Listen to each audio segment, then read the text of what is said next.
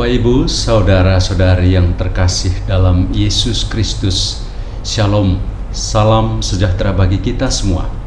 Bersama saya, Yohanes Roja, penyuluh agama Katolik pada kantor Kementerian Agama Kabupaten Nagekeo, dalam Renungan Harian Katolik pada hari ini, Selasa 27 Februari 2024. Sesuai dengan penanggalan liturgi Gereja Katolik, hari ini kita berada dalam lingkaran Pekan Prapaskah kedua. Bacaan kitab suci yang akan kita dengar bersama dan akan kita renungkan bersama pada hari ini antara lain bacaan pertama dari Yesaya bab 1 ayat 10 dilanjutkan bab 16 sampai 20, dan bacaan Injil dari Injil Matius bab 23 ayat 1 sampai 12. Mari kita berdoa. Dalam nama Bapa dan Putra dan Roh Kudus. Amin. Allah Bapa dalam surga, utuslah Roh-Mu yang kudus untuk menuntun dan membimbing hati kami semua, agar selalu terbuka terhadap setiap sabda-Mu. Demi Yesus Kristus Putra-Mu yang hidup dan berkuasa bersama Dikau dan Roh Kudus, Allah sepanjang segala masa. Amin. Mari kita dengarkan bersama bacaan kitab suci yang diambil dari kitab Yesaya. Dengarlah firman Tuhan, hai pemimpin-pemimpin manusia Sodom. Perhatikanlah pengajaran Allah kita, hai rakyat manusia Gomora. Basuhlah, bersihkanlah dirimu, jauhkanlah perbuatan-perbuatanmu yang jahat dari depan mataku. Berhentilah berbuat jahat, belajarlah berbuat baik. Usahakanlah keadilan, kendalikanlah orang kejam. Belalah hak anak-anak yatim, perjuangkanlah perkara janda-janda. Marilah, baiklah kita berperkara, firman Tuhan. Sekalipun dosamu merah seperti kirmizi, akan menjadi putih seperti salju. Sekalipun berwarna merah seperti kain kesumba, akan menjadi putih seperti bulu domba. Jika kamu menurut dan mau mendengar, maka kamu akan memakan hasil baik dari negeri itu. Tetapi jika kamu melawan dan memberontak, maka kamu akan dimakan oleh pedang. Sungguh, Tuhan yang mengucapkannya. Berikut mari kita dengarkan bacaan dari Injil Matius.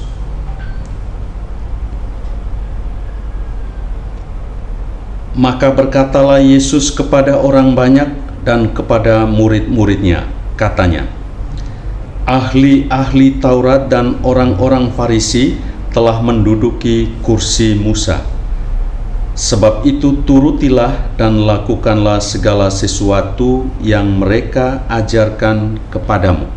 Tetapi janganlah kamu turuti perbuatan-perbuatan mereka, karena mereka mengajarkannya, tetapi tidak melakukannya. Mereka mengikat beban-beban berat, lalu meletakkannya di atas bahu orang, tetapi mereka sendiri tidak mau menyentuhnya. Semua pekerjaan yang mereka lakukan hanya dimaksud supaya dilihat orang. Mereka memakai tali sembahyang yang lebar dan jumbai yang panjang. Mereka suka duduk di tempat terhormat dalam perjamuan dan di tempat terdepan di rumah ibadat. Mereka suka menerima penghormatan di pasar dan suka dipanggil rabi. Tetapi kamu, janganlah kamu disebut rabi, karena hanya satu rabimu, dan kamu semua adalah saudara. Dan janganlah kamu menyebut siapapun bapa di bumi ini, karena hanya satu Bapamu, yaitu Dia yang di sorga. Janganlah pula kamu disebut pemimpin, karena hanya satu pemimpinmu, yaitu Mesias. Barang siapa terbesar di antara kamu, hendaklah ia menjadi pelayanmu. Dan barang siapa meninggikan diri, ia akan direndahkan. Dan barang siapa merendahkan diri, ia akan ditinggikan. Bapak, Ibu, saudara-saudari yang terkasih dalam Yesus Kristus, Shalom, salam sejahtera bagi kita semua. Bacaan Injil hari ini mengisahkan tentang mereka yang mengajarkan namun tidak melakukannya.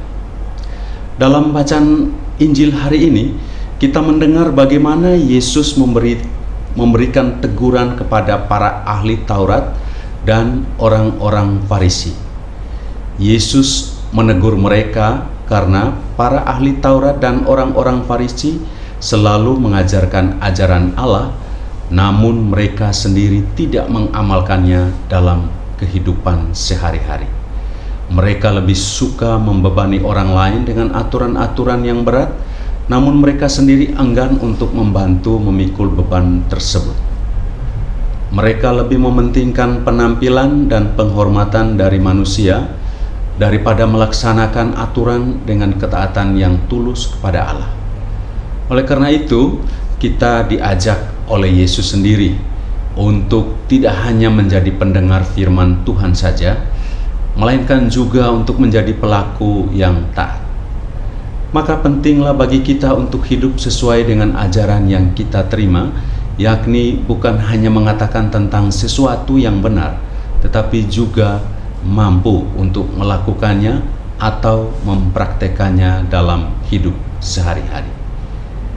Yesus meminta kita untuk menghindari kesombongan dan keserakahan dalam kehidupan kita, serta memiliki sikap batin seperti seorang hamba yang rendah hati dan mampu melayani sesama dengan tulus hati dan penuh kasih.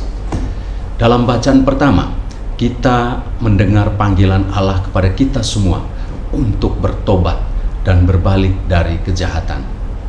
Allah menawarkan pengampunan kepada kita, bahkan jika dosa-dosa kita sebesar apapun, asalkan kita mau bertobat dan berusaha untuk menjalani hidup yang benar di hadapan Allah. Kita diajak untuk memperjuangkan keadilan, melindungi yang lemah, dan mengikuti kehendak Allah dengan setia.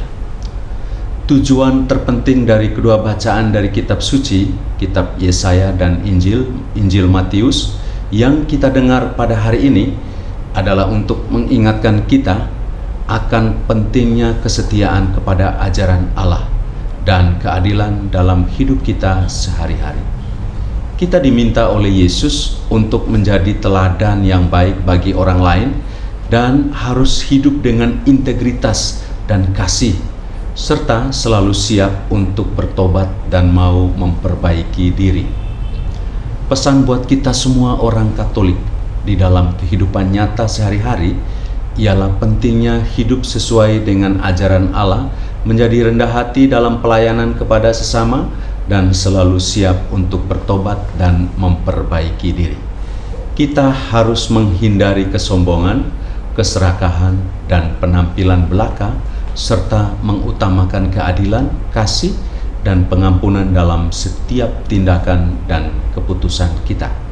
Semoga kita semua dapat mengambil pelajaran dari kedua bacaan ini dan menjadikannya pedoman dalam hidup sehari-hari, agar kita dapat menjadi saksi Kristus yang setia dan mampu melayani sesama dengan penuh kasih yang tulus.